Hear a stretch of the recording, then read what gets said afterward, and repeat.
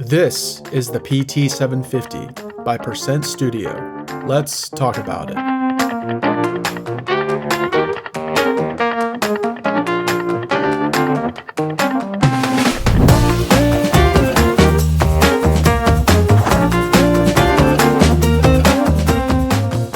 Hello, welcome back to the channel. Today we're going to take a closer look at the PT750. This board is part of the Platinum series by Percent Studios, and it's going to be manufactured by Owlab. It is also going to be vendored and distributed by QwertyKeys, which is an important detail that I'm going to come back to in just a little bit. According to Percent Studios, the PT750 is made with a new intricate milling technique that gives it a unique curvature and a new bold design direction. However, how does it hold up in terms of performance and value?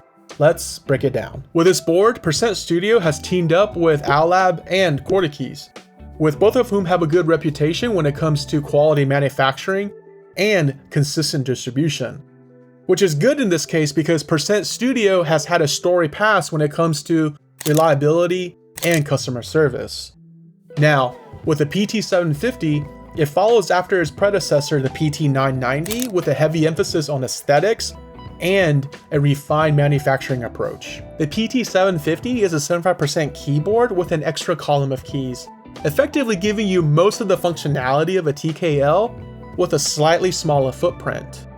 It features a leaf spring mount similar to the Vento 80 and the EvoWorks 80, a ball catch system for the top case, and a magnetic pogo pin connection, making assembly and disassembly very convenient. You get a choice between polypropylene and the FR4 plate.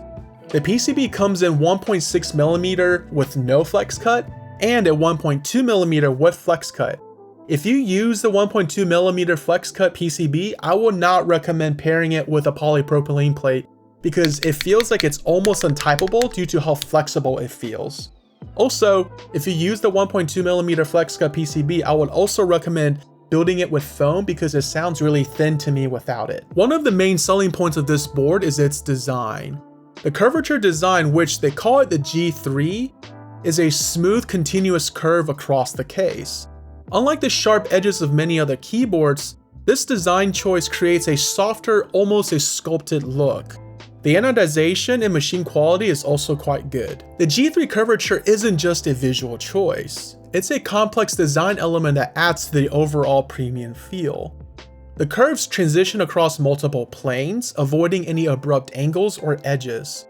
While this is very impressive from an engineering standpoint, it does add a good bit more to the cost. The back weight is integrated into the case with matching curves, ensuring the entire board looks seamless from all angles.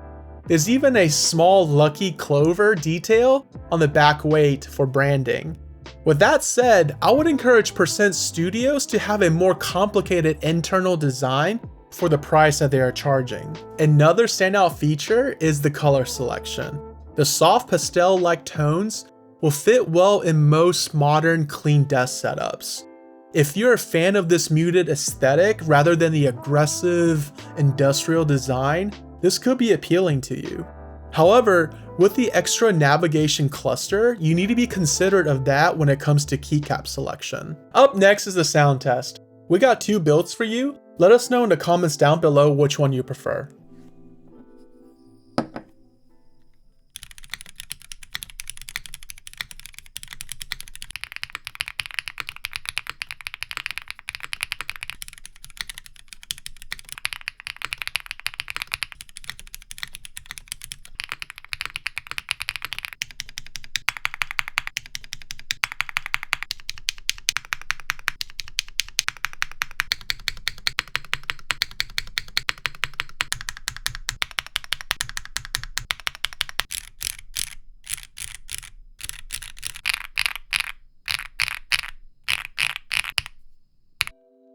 Now let's talk about the sound. Despite the effort put into the internal acoustic claimed by Percent Studios, this board does not particularly stand out in this department. The sound is relatively muted, though not unpleasant. It does not justify the premium pricing. This board is not for people who consider sound as the most important factor. So who is this keyboard for? If you're looking for a visually striking board with a unique design and smooth curvature, this board could be appealing to you. It's also a good option for those who prefer a 75% layout, but don't want to lose the additional keys you would in a more compact layout. However, keep in mind that there is a locked bottom row with a full right shift, likely to accommodate the extra navigation cluster. If sound is your top priority, there are other options at this price point that offer better performance in my opinion. The limited plate and layout options don't help either, making customization even more difficult. At this price point, I also would have expected a carrying case instead of a box, even though they did give you a really nice box. The PT750 is an interesting keyboard. It experiments with new milling technique and introduces a visually appealing curvature, but it does not excel in sound. At this price point, it is hard to recommend unless aesthetics are your primary concern. You're primarily paying the premium for the new CNC technique and a very soft typing experience. Percent Studios has had customer service issues in the past. With QwertyKeys handling fulfillment, there's little to worry about. QK's customer service has been consistently good. So what do you think of the PT750? Let us know in the comments down below, and as always, like and subscribe for more keyboard content. I'll see you next time.